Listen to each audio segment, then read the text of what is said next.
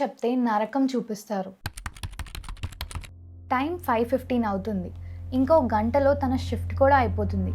పీజీలో ఈరోజు ఏం ఫుడ్ పెడతారో అని ఆలోచిస్తుంది పూజ. కరెక్ట్గా అప్పుడే తనకి టీమ్స్ మెసేజ్ టోన్ వినిపించింది. Pooja, can you quickly come to my cabin అని తన మేనేజర్ నుంచి వచ్చింది ఆ మెసేజ్. ఆ మెసేజ్ చూడగానే పూజకి షివరింగ్ మొదలైంది. ఈ మంత్ లో ఇలాంటి మెసేజ్ రావడం 4గోసారి. కెరీర్ టాక్ అంటారు, పర్ఫార్మెన్స్ రివ్యూ అంటారు, 1-on-1 మీటింగ్ అంటారు. కానీ ఆ క్యాబిన్ లో మాట్లాడేది మాత్రం అస్సలు సంబంధం లేని విషయాలు. You need to be more flexible పూజ.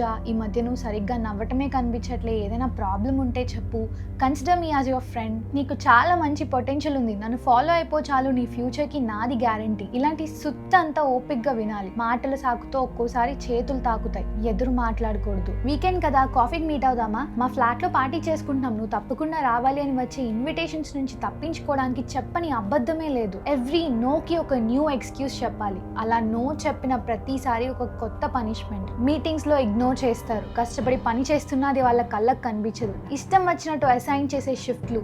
ఆ రోజు కూడా క్యాబిన్ లో అలాంటి డిస్కషనే జరిగింది. ఇంకో నో చెప్పి బయటికి వచ్చిన పూజకి నెక్స్ట్ డే తన పరిస్థితి ఏంటో ఆల్రెడీ అర్థమైపోయింది. క్యాబిన్ నుంచి బయటికి వస్తూనే తన కళ్ళు కావ్య కోసం వెతకడం స్టార్ట్ చేశాయి. కావ్య తన టీమ్ మెంబర్. ఇద్దరు ట్రైనింగ్ పూర్తి చేసుకుని ఒకేసారి ఆ ప్రాజెక్ట్ లోకి అడుగు పెట్టారు. పూజని చూడగానే అర్థమైంది కావ్యకి లోపల ఏం జరుగుంటుందో. పూజ కళ్ళల్లో హెల్ప్లెస్నెస్, కావ్య కళ్ళల్లో జాలి. ఇద్దరు కలిసి ఇంటికి వెళ్తున్నంతసేపు మౌనంగానే ఉన్నారు. పూజ ఉంటున్న పీజీ కూడా వచ్చేసింది. అలానే తల దించుకుని వెళ్ళిపోతున్న పూజ చేయి పట్టుకుని ఆపింది కావ్య. ఇంకా ఎన్ని రోజులే, హెచ్ఆర్ కి కంప్లైంట్ చేద్దామని అన్నది. ఫస్ట్ లో భయంతో వద్దు అనుకున్న కావ్య ఇచ్చిన ధైర్యంతో నెక్స్ట్ డే హెచ్ఆర్ దగ్గరికి వెళ్లి కంప్లైంట్ ఇచ్చింది పూజ. హెచ్ఆర్ కూడా చాలా ఓపిక్ గా విని ఏం భయపడకు, విల్ సార్ట్ దిస్ అవుట్ అని అనగానే కొంచెం మనసు తేలికైనట్టు అనిపించింది పూజకి. 2 days తర్వాత పూజకి హెచ్ఆర్ నుంచి ఒక మెయిల్ వచ్చింది. Your manager has approved your deallocation from your current project. You will be assign to a new project shortly అని వచ్చిన ఆ మెయిల్ చూడగానే మ్యాటర్ ఏంటో అర్థమైపోయింది పూజకు. చిరాక్తో ల్యాప్టాప్ క్లోజ్ చేసేసరికి క్యాబిన్ నుంచి బయటకు వస్తుంది కావ్య. కావ్య కళ్ళల్లో కూడా అదే హెల్ప్లెస్నెస్ కనిపించింది పూజకు. అప్పుడే అర్థమైంది దానికి,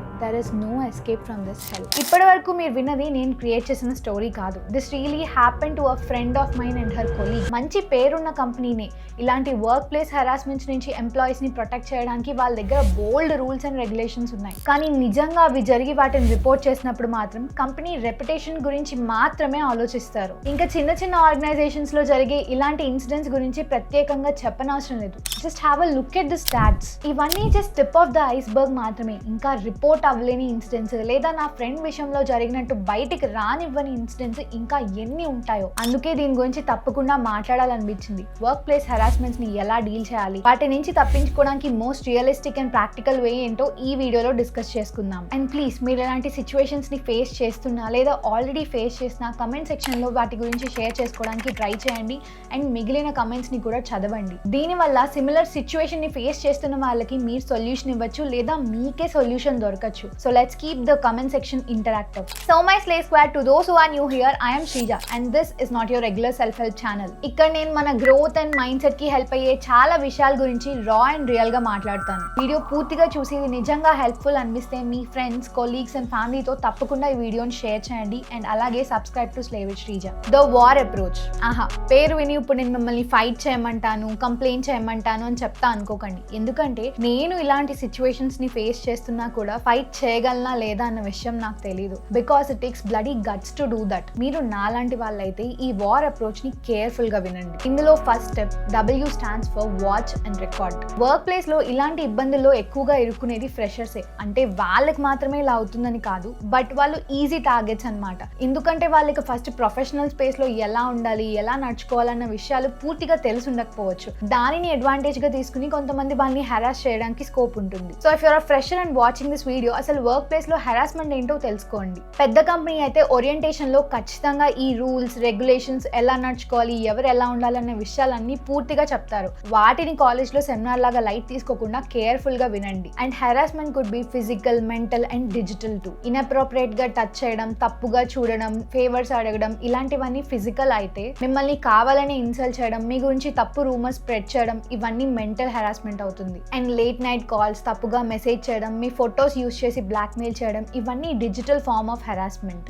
సో వాచ్ అవుట్. మీ వర్క్ ప్లేస్లో ఇలాంటి ప్యాటర్న్స్ మీరు గమనిస్తున్నట్టయితే చాలా కేర్ఫుల్గా ఉండండి and start keeping a record. మీతో ఎవరైనా ఇలా బిహేవ్ చేసినప్పుడు, వాళ్ళు టెక్స్ట్ చేస్తున్నప్పుడు ఆ చాట్స్ని స్క్రీన్ షాట్ తీసుకోవడం, కాల్ చేస్తున్నప్పుడు ఆ కాల్స్ని రికార్డ్ చేసుకోవడం, మీటింగ్స్ పేరుతో మిమ్మల్ని ఒక్కనే మీటింగ్లో కూర్చోబెడుతుంటే ఖచ్చితంగా మినిట్స్ ఆఫ్ మీటింగ్ని రికార్డ్గా మెయింటైన్ చేయడం స్టార్ట్ చేయండి. వాళ్ళు మిమ్మల్ని ఇవన్నీ అక్కర్లేదు అని చెప్తున్నా కూడా అన్అఫిషియల్గా అయినా సరే మీరు ఆ మీటింగ్లో ఏమైందో, ఏం జరిగిందో ఖచ్చితంగా ఒక డాక్యుమెంట్లో రికార్డ్ చేసుకుని పెట్టుకోండి. సిచ్యువేషన్ మీ చెయ్యి దాటిపోతున్నప్పుడు ఇవన్నీ మీకు వెపన్స్గా యూజ్ అవుతాయి. A stands for avoid confrontation. జనరల్గా అందరూ నీ తప్పు లేనప్పుడు నువ్వెందుకు భయపడడం, ధైర్యంగా ఎదురించి మాట్లాడు, తప్పు చేసిన వాడే సిగ్గుపడతారని చెప్తారు. కానీ వర్క్ ప్లేస్లో ఈ రూల్ అస్సలు వర్తించదు. ఎందుకంటే అవతల వ్యక్తి మీకన్నా చాలా పవర్ఫుల్ అయి ఉండొచ్చు. వాళ్ళ పవర్ని యూజ్ చేసి ఎవరినైనా ఈజీగా మ్యానిపులేట్ చేసేస్తారు. మీరే ఓవర్గా రియాక్ట్ అవుతున్నారని, మిస్అండర్స్టాండ్ చేసుకుంటున్నారని అంటారు. అసలు సీన్ మొత్తం రివర్స్ చేసేసి తప్పంతా మీ మీద కూడా వచ్చేలా చేస్తారు. గ్రడ్జ్తో మిమ్మల్ని ఇంకా ఎక్కువ కష్టపెడతారు. అందుకే ఎప్పుడు వాళ్ళ తప్పుడు బుద్ధి మీకు తెలిసినా కూడా తెలియనట్టే ఉంటూ మీ నెక్స్ట్ మూవ్ని ప్లాన్ చేసుకోండి. అండ్ రిమెంబర్, ఆఫీస్లో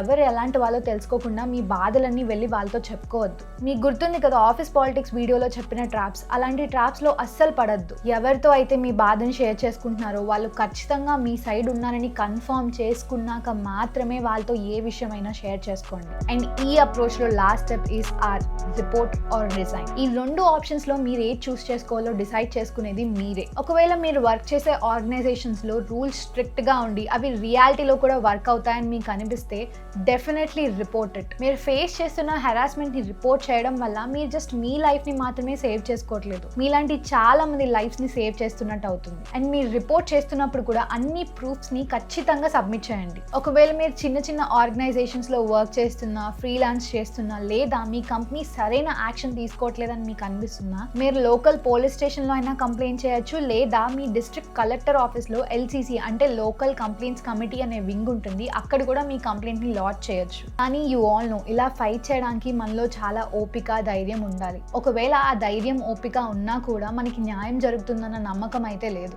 because I literally saw my friend going through this. అందుకే సెకండ్ ఆప్షన్ ఇస్ రిజైన్. మీరు అనొచ్చు, మీకేం పోయింది, ఉన్న ఉద్యోగం వదిలేమని చెప్తారు, బట్ మా ఫ్యామిలీస్ పరిస్థితి ఏంటి అని. కానీ జస్ట్ థింక్, మీ డిగ్నిటీ కన్నా జాబ్ ఇంపార్టెంటా?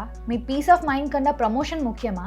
ఈ జాబ్ పోతే మీరు ఇంకో జాబ్ని సంపాదించుకోవచ్చు, మీ కెరీర్ని మళ్ళీ రీస్టార్ట్ చేయొచ్చు. కానీ మీకు జరిగే ఈ తప్పును మీరు భరిస్తూ ఉన్నారంటే మాత్రం లిటరలీ అది మీకు లైఫ్ లాంగ్ ట్రామాగా మిగిలిపోతుంది. మీరు ఇలాంటి సిచ్యువేషన్ని ఫేస్ చేస్తూ నేను చెప్పింది మీకు కరెక్ట్ అనిపిస్తే వెంటనే సర్చ్ వేస్ ఫర్ రిజైనింగ్. ప్రిపేర్డ్గా జాబ్ సర్చ్ మొదలుపెట్టి స్విచ్ అవ్వడానికి ట్రై చేయండి. అసలు ఫ్యామిలీలో మీ మీద ఎలాంటి డిపెండెన్సీ లేదంటే ఆ నరకం నుంచి వెంటనే బయటికి రండి. So my slay squad, work is God అంటారు, కానీ వర్క్ ప్లేస్ ఇంత టాక్సిక్గా ఉంటే రోజు ఒక యుద్ధంలా అనిపిస్తుంది. చాలా మంది ఇలాంటి బాధలు భరించలేక, ఎవరితోని చెప్పుకోలేక నలిగిపోతున్నారు. కొంతమంది ప్రాణాలు తీసుకుంటున్నారు. అండ్ ఇది ఓన్లీ సెక్షువల్ గా అమ్మాయిలకి మాత్రమే జరగట్లేదు, మెన్ సఫర్ టు. అందుకే మీ దగ్గరకు వచ్చి ఎవరైనా వాళ్ళ బాధని షేర్ చేసుకున్నప్పుడు వాళ్ళకి హెల్ప్ చేయకపోయినా పర్లేదు, కానీ వాళ్ళని ఎగతాళి చేసి don't make fun of them. Let's protect each other, let's support each other. In case మీరు కానీ, మీ కొలీగ్స్ కానీ, మీ ఫ్రెండ్స్ కానీ ఇలాంటి సిచ్యువేషన్స్ ని ఫేస్ చేస్తుంటే వీడియోలో చెప్పిన అప్రోచ్ ని ఫాలో అవ్వడానికి ట్రై చేయండి and share this video immediately to them. Content నచ్చితే వీడియోని లైక్ చేసి, సబ్స్క్రైబ్ చేసుకుని, బెల్ ఐకాన్ మీద క్లిక్ చేసి ఆల్ నోటిఫికేషన్స్ ఆన్ చేసుకుంటే ఎవ్రీ సండే వీడియో వచ్చినప్పుడు మీకు నోటిఫికేషన్ వస్తుంది. Let's slay together.